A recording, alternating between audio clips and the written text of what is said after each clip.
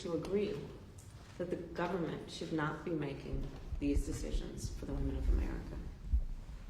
Today's extremist so-called leaders are attacking the freedom and liberty of millions of women. At a state level in Arizona, for example, a judge recently upheld an 1864, that's not a statute, that's the year, 1864 abortion ban with no exceptions for rape or incest.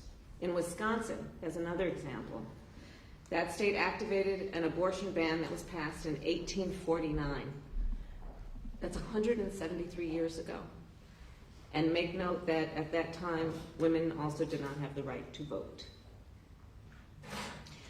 What we are seeing in laws around our country is the criminalization of doctors and healthcare providers. In some situations, up to 5 to 6 years in prison would be the penalty. These laws have been written and passed, many of them when women were deprived, like I said, of their full rights as citizens and the right to vote, when we were thinking about those laws from 1864 and 1849. We have convened this task force at the earliest days after the Dobbs decision, and this is our next convening, our second meeting of the task force in August. When we convened, there was a lot of work to address and determine what we could do as an administration. Since then, I'm proud to report a lot of work has taken place. For example, in our Department of Veterans Affairs, the Veterans Affairs Agency will provide abortion care to veterans and family members to protect the health or life of the woman in cases of rape or incest. An example of the work that is happening includes the Department of Education, which is making clear that it is against the law under Title IX to discriminate on the basis of pregnancy. At the Department of Justice, we know that the Department of Justice filed a lawsuit in Idaho to protect emergency medical care. And the Idaho federal court issued a preliminary injunction against the ban there. It is important to note that if there were a national law that was passed in the United States Congress to protect reproductive care, so-called leaders then could not ban abortion. Even in the cases of rape and incest, they could not criminalize providers. They could not limit access to contraception if Congress passed a law that protected these rights. So it is important for everyone to know what is at stake. To stop and reverse these attacks on women, we need to pass such a national law. And so we need the American people to make their voices heard and take a stand on the right of all women to exercise their choice to have access to reproductive health care. And I'll close by mentioning that, as we know, Justice Clarence Thomas said the quiet part out loud in terms of the other rights that are also now at stake, such as access to contraception, and same-sex marriage, marriage equality. And we already see, by the way, our early warnings of that taking place. Take, for example, what's happening at the University of Idaho, which is refusing to provide contraception to their students. It's already starting. So again, this presents this issue, a crisis, as it relates to healthcare in America.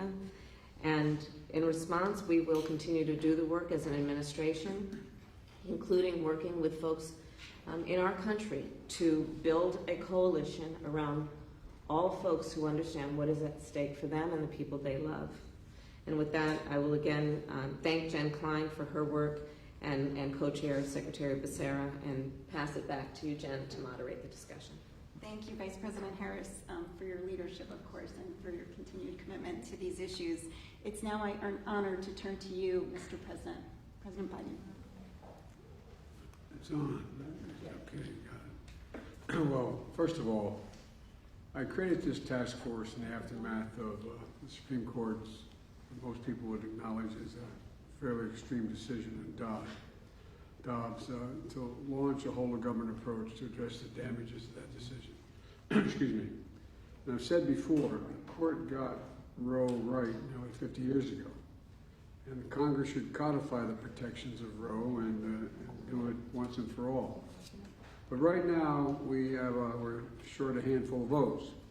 So the only way it's going to happen is if the American people make it happen. And meanwhile, congressional Republicans are doubling down on the extreme position with the proposal for a national ban. Let me be clear what that means.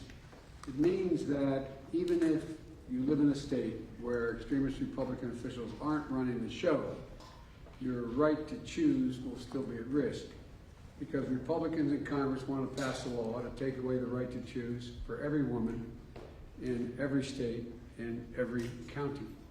And there's no pushing back from that. It's also pushing laws to not allow for exceptions of rape and incest, and or the life of the mother in some cases. And it's really scary part that in some states they're already succeeding. When the Dobbs decision came down, I said, and Justice Thomas warned us very plainly, that this wouldn't stop with a woman's right to choose. And it would extend to the right to privacy itself, and things like contraception. And so it was no surprise that we're seeing extremist laws pop up around the country that are having a ripple effect far beyond the health rights of a pregnant woman. We have doctors here with us today who are on the front lines of this crisis, and many of these laws would make doctors criminals just for treating a patient. In Arizona, they had a law which has been mentioned by the Vice President on the books in 1864. That's 1864, during the Civil War, and went into effect again a week and a half ago. And just 2 days after it went into effect, a young 14-year-old girl who's been suffering from rheumatoid arthritis and osteoporosis initially couldn't get a refill for her prescription, the drug she'd been taking for years to deal with her two diseases, because concerns that that very prescription could be used to terminate a pregnancy in violation of a law in that state. And that's exactly what we're afraid would happen. This 14-year-old girl couldn't get the medicine she needed for arthritis because of the extreme, backward, and misguided law. Now, officials at the University of Idaho said it should stop providing contraception, as was mentioned by the Vice President. In fact, they told the university staff that they could get in trouble just for talking or telling students about where they get birth control. Folks, what century are we in? I mean, what are we doing? I respect everyone's view on this, personal decisions they make, but my Lord, we're talking about contraception here. It shouldn't be that controversial. But this is what it looks like when you start to take away the right of privacy. I've asked Education Secretary Cardona to look at the steps that we can take to protect college students and school employees in Idaho or other states where the access to contraception is at risk. And my message to any other college considering enacting policies like this, don't. Please don't. We're not going to sit by and let Republicans throughout the country enact extreme policies to threaten access to basic health care. And that's why we're all here today. That's why we formed this commission. I signed 2 executive orders, and my administration has taken a number of actions that this task force is charged to carry out to protect access to reproductive health care, including emergency medical care, to protect a woman's right to travel, to get the health care she needs, to receive health care free of discrimination, and protect her privacy when she seeks it. We're fighting this battle in the courts as well. I want to thank the Vice President and Secretary Becerra for their leadership on this task force. And I also want to thank Secretary McDonough for leading an important effort at the VA. My message to folks across the country who are worried about what we're seeing is first that we have you back. We're not going to step back from this. And second, we've heard your voices. Now I want to turn it over to Secretary Cardona now for his comments. Thank you. Thank you, Mr. President. I share your grave concerns about maintaining access to contraception and reproductive health services on our college campuses, and ensuring there's accurate and reliable information for students and for educators. Students need access to healthcare to thrive in school and in life, and that includes reproductive healthcare. Thank you also to Vice President Harris. In August, we met with college leaders grappling with new, sweeping restrictions to their states. Our work together is ongoing. It's clear. The Dobbs ruling has sown fear and confusion on our college campuses. I worry about the chilling effects this uncertainty, including about access to birth control, will have on students. I think about the 1 in 4 women who experience sexual assault in college and what this means for their safety and their well-being. I think about the college student I met in September who was unable to enroll until she escaped a violent abuser.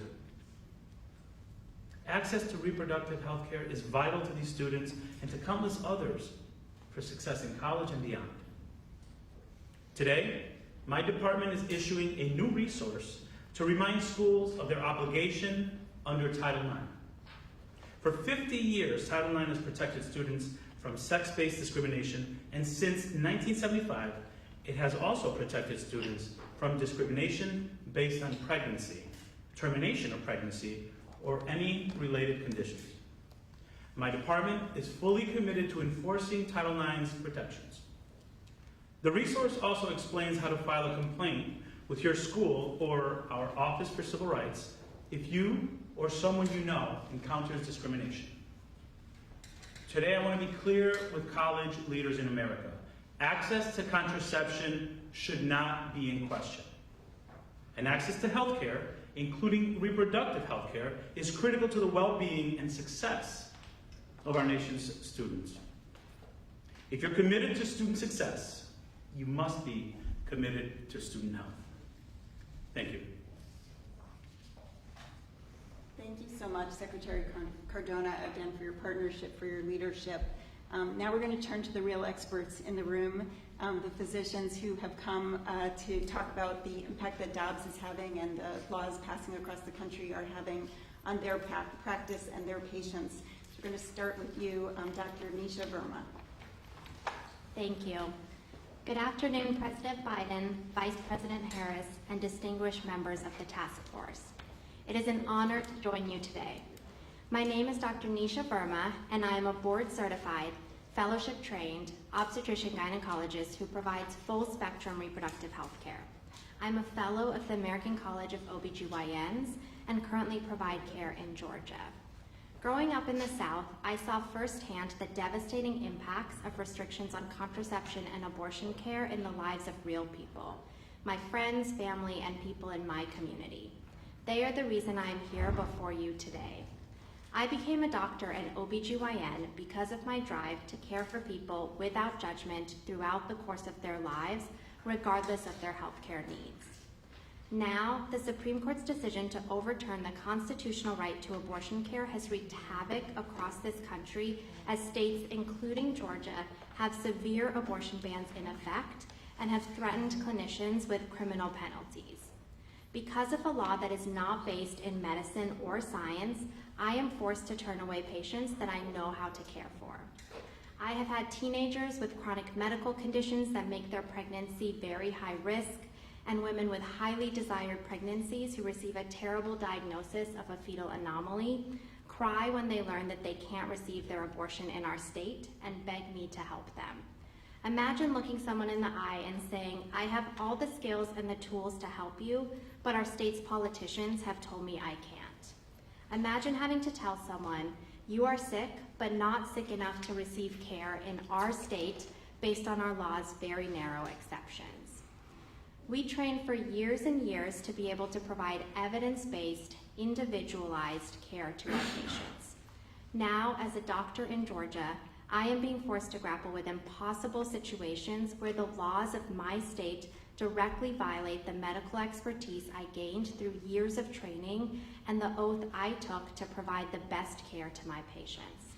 my colleagues and I have to think about whether we're going to be criminalized and imprisoned, whether our licenses will be taken away, whether our livelihood will be threatened for providing compassionate, evidence-based care. Unfortunately, we've already seen these threats become a reality for our fellow OBGYN in Indiana over the summer. That absolutely has a chilling effect. I understand that abortion care can be a complicated issue for many people, just like so many aspects of healthcare and life can be. But I also know that abortion is necessary, compassionate, essential healthcare, and that my patients are capable of making complex, thoughtful decisions about their health and lives. I remain unwavering in my commitment to support people in my home and community in the South in whatever way I can. I appreciate continued efforts to secure access to comprehensive reproductive health care for my patients. Thank you again for the opportunity to speak with you today. Thank you, Dr. Verma. Now we're going to turn to you, Dr. Kristen Lagerly. Thank you so much, and it is truly a pleasure and a privilege to be here with you all today. My name is Dr. Kristen Lyerly. I am a general obstetrician gynecologist in Green Bay, Wisconsin, and I'm a fellow of the American College of Obstetricians and Gynecologists. In my practice, I provide comprehensive care for women and underrepresented populations. Prior to Dobbs, I was also an abortion provider in Sheboygan at one of only 4 abortion clinics, all located in the southeastern part of the state. With the fall of Roe, our circumstances changed dramatically. We stopped providing abortions in Wisconsin altogether. As we've already discussed, we have a law in Wisconsin from 1849, which is 1 year older than the state and 70 years before women earned the right to vote in this country. This law makes it a felony for me to provide abortion care to my patients. There are no exceptions for rape and no exceptions for incest. The only exception is for the life of the mother. But pregnant people don't have a warning light that comes on when they've crossed that threshold. We have to use our clinical judgment, developed through over a decade of formal education, experience, and commitment, to make those kinds of sensitive, individualized decisions. So in places like Sheboygan County, where the district attorney has specifically said that he will prosecute physicians, can I count on him to trust my clinical judgment?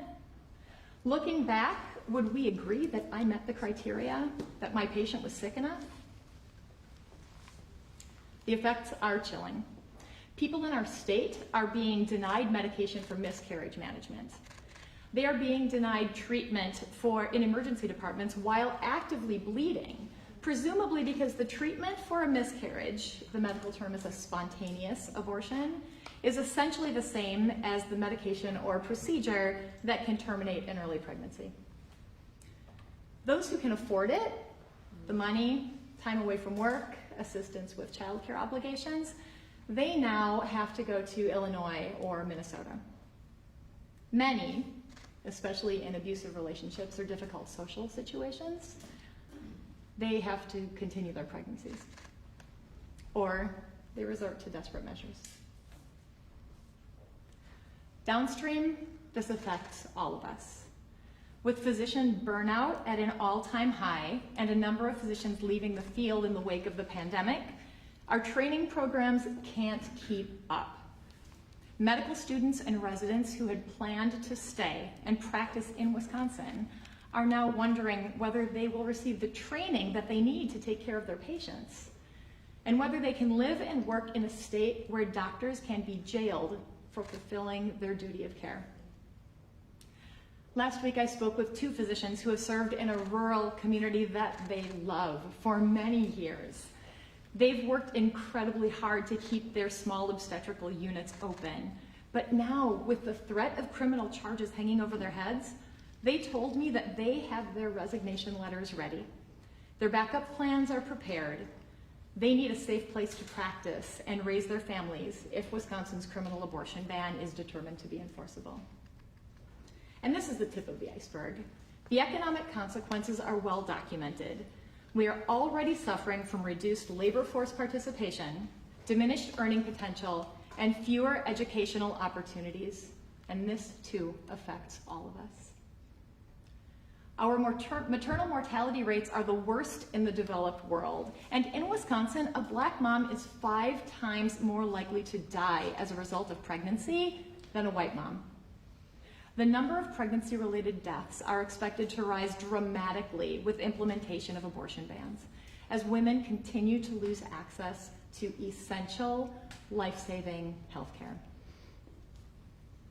America has a maternal mortality crisis. We have a rural healthcare crisis, and now we have a reproductive healthcare crisis. How many more crises can my patients, can our healthcare system endure? Thank you. Thank you.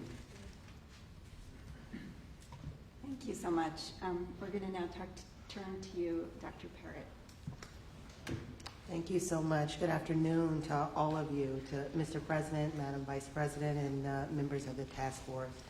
Thank you for the privilege of being here and for the opportunity to speak with you all today. My name, as you heard, is Dr. Jamila Parrott.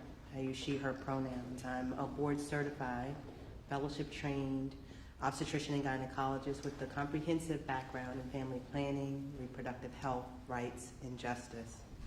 I'm a native Washingtonian and an abortion provider here in the district, caring for the community that raised me, a community that I serve every day, working to expand access to comprehensive reproductive health care, a community that has been deeply impacted by these bans on abortion care. The aftermath of the Supreme Court decision, a ruling that eviscerated the constitutional right to abortion for millions, has been truly devastating for our communities. The relentless attacks on our dignity, our well-being, our ability to determine if, when, or how to start and raise our families have not let up. And they have a singular goal in mind. These restrictions are designed to punish people providing abortion care and the family, friends, and loved ones who support them. We've already seen these attempts, as you've heard, to criminalize abortion providers play out in real time. Our colleagues, like Dr. Caitlin Bernard in Indiana, have been targeted by the Attorney General for providing care to a person in need. My friend and colleague and Texas-based abortion provider, Dr. Ghazala Moyedi, has been threatened multiple times by the Texas officials and has been forced to stop providing care due to threats of criminal punishment and harassment. Abortion is health care. It is our human right. It is safe. And despite the claims that these bans are improving the safety and well-being of the care we provide, it is actually these bans themselves that are harming our communities. The ripples effects that we see play out on the ground are devastating, and abortion bans are impacting, as you heard, all aspects of reproductive health care, including miscarriage and pregnancy care for ectopic pregnancy. While abortion bans should never impact the ability for folks to get emergency care, the confusion and uncertainty created by these restrictions creates chaos at healthcare institutions, and providers are worried. We're worried about being held criminally responsible for the emergency care that we provide to folks in need. And moreover, evidence shows that abortion bans, as you heard, will already exacerbate abysmal maternal mortality rates. And recent data found that banning abortion will increase maternal mortality by 24% for all women and almost by 40% for Black women.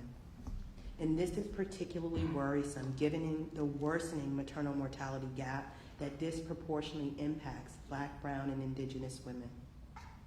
As the landscape of abortion access continues to shift, I urge us to remember that these attacks are not new.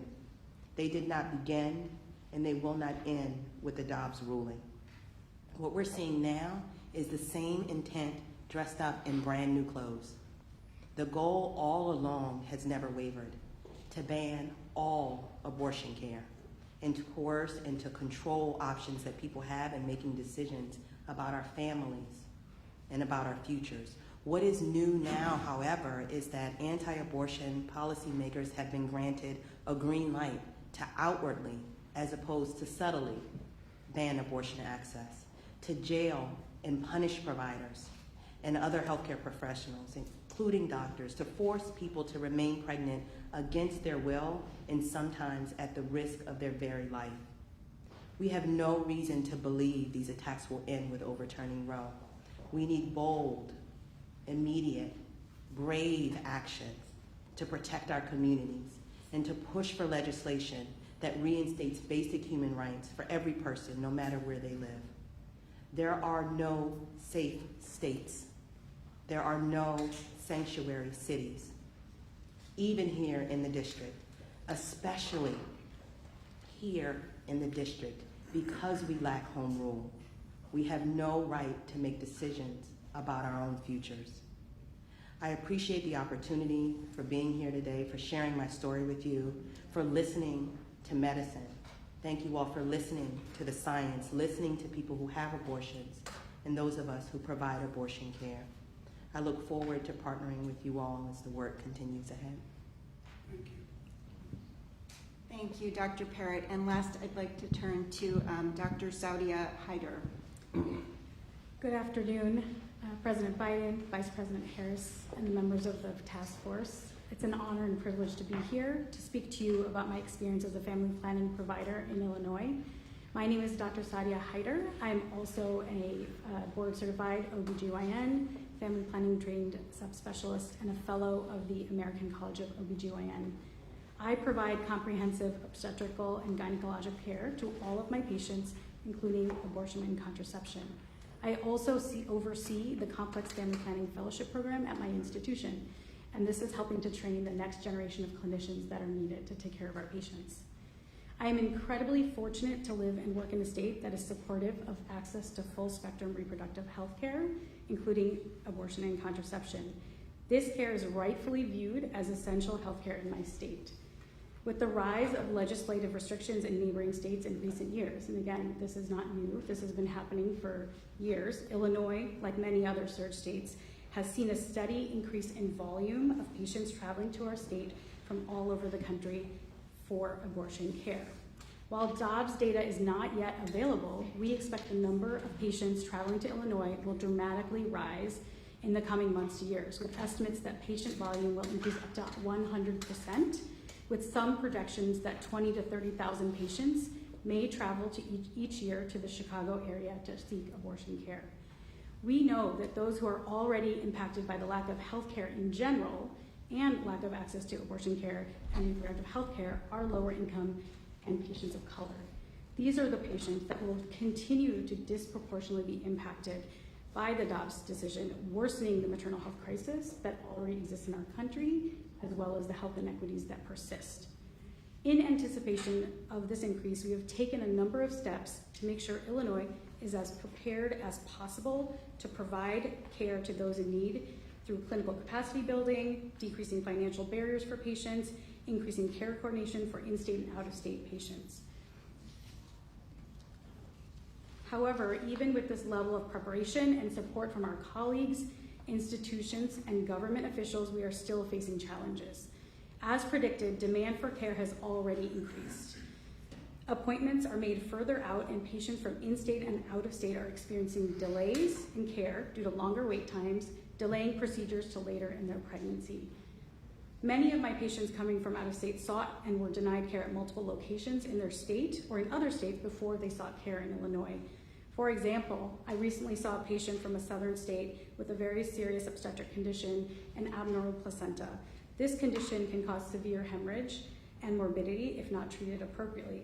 This patient sought care in their state and other states weeks before finally traveling to Illinois, delaying the care overall. We were able to provide the care required for this patient, which was unfortunately more complex than it needed to be, because there were several weeks that ensued before the patient sought care and eventually saw us. Another patient came to us with a fetal anomaly diagnosed in a neighboring state. In order to receive the needed care, the patient had to leave their family during an incredibly challenging time, travel to us for a 2-day procedure in Illinois, which was not only emotionally taxing, but also financially challenging for the patient and their family. Many more patients with similar stories have come to Illinois and will continue to do so because of the Dobbs decision. but many patients will not be able to get all the financial resources and figure out the logistics to get to us, and those patients will continue to have an unmet need for care. I am honored to care for all patients who need access to reproductive health care, and my team and I will continue to do so in Illinois. However, it is undeniable that the patchwork of access to abortion care, exacerbated by the Dobbs decision, is negatively affecting patients across the country. We will continue to rise to the challenge and urge policymakers to do the same, as the repeal of Roe has worsened the maternal health crisis and health inequities that have existed for a long time in our country, and we must change this. Thank you so much for listening to our stories and for working with us to move this issue forward. Thank you so much to all of you. I mean, first of all, for coming here and sharing your incredibly important perspectives, but really more importantly for the work that you're doing every day in this incredibly challenging and worse environment that you just described. We're now going to move to the closed press portion of our task force meeting, so thank you very much. Thank you very much, Press, we need you all to move. Mr. President, you've talked. Thank you very much. We need you guys to move. Thank you very much. Please. Thank you. Thank you very much, Press. Thank you very much, Press. Thank you very much, Press. Thank you. We need you to move. We need you to move. We need you to move. Thank you. Let them get on with the meeting. Thank you very much. Should Herschel Walker be disqualified? Let's go. Thank you. Thanks so much. Thank you very much. We appreciate you. Thank you very much. Let's move this way. Let's move this way. I'll grab that. Thank you.